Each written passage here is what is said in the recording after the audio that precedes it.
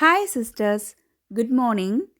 நம்ம வீட்டில் special day இல்லைனா ஃப்ரெண்ட்ஸ் ரிலேட்டிவ்ஸ் யாராவது வந்தாங்கன்னா நம்ம எப்படி பிரேக்ஃபாஸ்ட் கொடுக்கலான்னு ஒரு ஐடியாக்காக ஷேர் பண்ணியிருக்கிறேன்.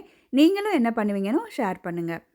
ரவா கேசரி இதே மாதிரி டெக்கரேட் பண்ணி வைக்கும்போது பார்க்க டேபிளில் அட்ராக்டிவாக இருக்கும்.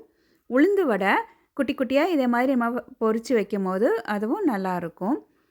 நெய் போட்டு நல்லா கிறிஸ்பாட்டு தோசை செய்து வச்சுருக்கிறேன். இட்லியில் இதே மாதிரி டெக்கரேட் பண்ணியும் வச்சுருக்கேன், நார்மல் இட்லியும் வச்சுருக்கிறேன். மிக்ஸ்டு வெஜிடபிள் சாம்பார், மிளகு ஜீரகம் கேஷ்யூநட் நெய்யெல்லாம் போட்டு இஞ்சி கருவேப்பிலையெல்லாம் போட்டு நல்லா வெண்பொங்கல் செய்து வச்சுருக்கிறேன். புதினா மல்லி இலை வெங்காயம் தேங்காய் கொஞ்சம் புளி போட்டு சட்னி அரைச்சி வச்சுருக்கேன். அது பச்சை கலரில் நல்லாயிருக்கும் புளி போட்டால். ஃபஸ்ட்டு எப்போவுமே சர்வ் பண்ணும்போது ஸ்வீட் தான் சர்வ் பண்ணணும்.